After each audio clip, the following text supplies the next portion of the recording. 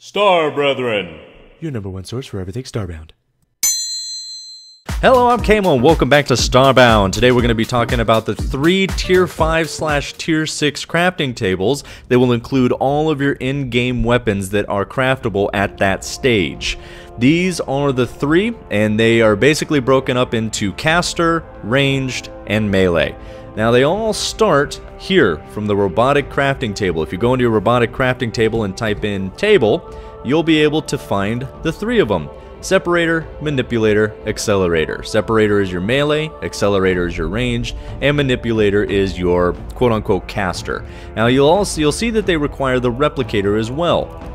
And the Replicator is also created here. Just type in rep, and you'll get your Replicator, and that requires Durasteel bars. They all require Durasteel bars as well as their special gem. They all require a special kind of ore, depending on which one you pick. And then the Replicator. Now if you go to the Replicator itself, the Replicator has your Tier 4 armor as well as your Tier 4 weapons and all the drills. But it does not create the tables because it is required to make the tables. So it doesn't make a lot of sense to make it from the Replicator if it requires a Replicator to... So let's look in the actual crafting stations. The first one is the Manipulator, and personally my favorite.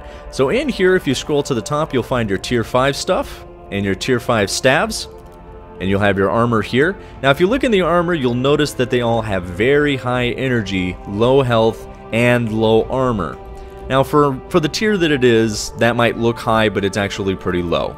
And then if you scroll down, obviously here is the Tier 6. All of your stats look better, but again, very high energy. I'm also going to be showcasing the different staves for you guys as well. They have some very cool effects on them. Next one up is Accelerator. Again, you got your Tier 5 stuff up here. You're looking at, you got your shotgun, assault rifle, pistol. If you scroll down, you got launcher, sniper rifle, pistol, and then they also do have a one-handed weapon that you can use as well, just to give you something.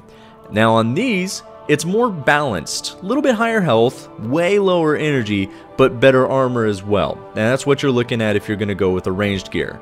And in the Separator table, again, you got your Tier 5, and then down here you got your Tier 6. Now in this one, there are no ranged weapons in here at all. This is all purely melee.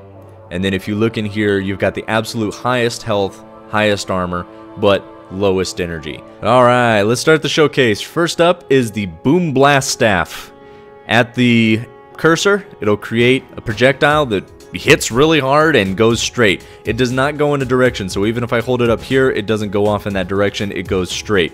So just keep that in mind when you're trying to line up your target. Next up is the Petal Storm Staff. Again, wherever your cursor is, it'll create this crazy little cloud of leaves. It's not bad, it hits a little light for what it does, but if you place it right on them, it does pretty decent damage. Next up is Quetzalcoatl's Quartz. I cannot word. And it creates a pulsing gem. You set up a couple of those, they'll probably never get to you. Next up is called the Game Breaker, and probably my favorite. It creates a void and releases a ton of swords out of it. As you can see, it does fantastic damage and also doesn't even cost that much. It is kind of game breaking, to be completely fair. Next up is Hylid's Pulse Staff. At the cursor, it creates a torrent of water. If you can create it right on top of them, it does decent damage, but it does take a pretty good amount of energy. Next up is Deadbolt Staff. It'll create a turret, a floating turret, aiming in the direction that you are looking. Now unfortunately, it doesn't turn, so if the enemy walks past it, you'll have to create another one. And last but certainly not least for the casters is the Supergiant Orb. It does continuous damage, and then eventually explodes for humongous damage. But as you can see, it takes a little time for that to happen. Next up is the Accelerator set. This is the Tier 6 that I'm wearing, and we're sporting a sniper rifle. As you can see, kind of pricey, but it does hit multiple targets if they're right on top of each other. Again, this is why I recommend using the caster set, because you can fire a heck of a lot more, and you're probably not going to be getting hit all that much. But if you are concerned about getting hit from time to time, this might work out for you, but again, energy is still an issue. This is the assault rifle. Next up is the pistol, which you can dual wield if you so choose to, or you can use one and then a one-handed melee weapon. Again, heavy on the energy cost, but if they get in close, that's why they include the melee weapons in there as well. And last but certainly not least is the launcher. Only 2 shots out of this set of gear, so again, might be a good idea to wear the caster gear unless you're fine with just getting in there and doing melee from time to time. And finally is the Separator table, where we get all the glorious melee stuff. Gotta love it. There are times where the melee is just fantastic, especially with how many targets you can hit. So that was the two-handed sword. Next up is the spear. Long range, stabs through multiple targets. Not bad. And it's directional now, which is something that we weren't used to in the original Starbound. Next is Timmy, the extremely hard-hitting but slow hammer. 2 hits is gonna kill most things. Next up is the axe, which swings a little faster and is also directional, which is also kind of a nice touch. Now, I personally still prefer my two-handed weapon, mostly because it's got such a long range, even though it's not directional. The hammer is also not directional. Next up is the quick attacking one-handed weapons, with 2 attacks per second, and if you swing both of them at the same time, you can definitely dispatch enemies pretty quickly. It is directional, but with, as you can see, a very short range. Next up is the slower swinging but longer ranged melee weapon. As you can see, there's the short one we just used, and there's the slightly longer one. So, shred them up. So it definitely does a ton of damage.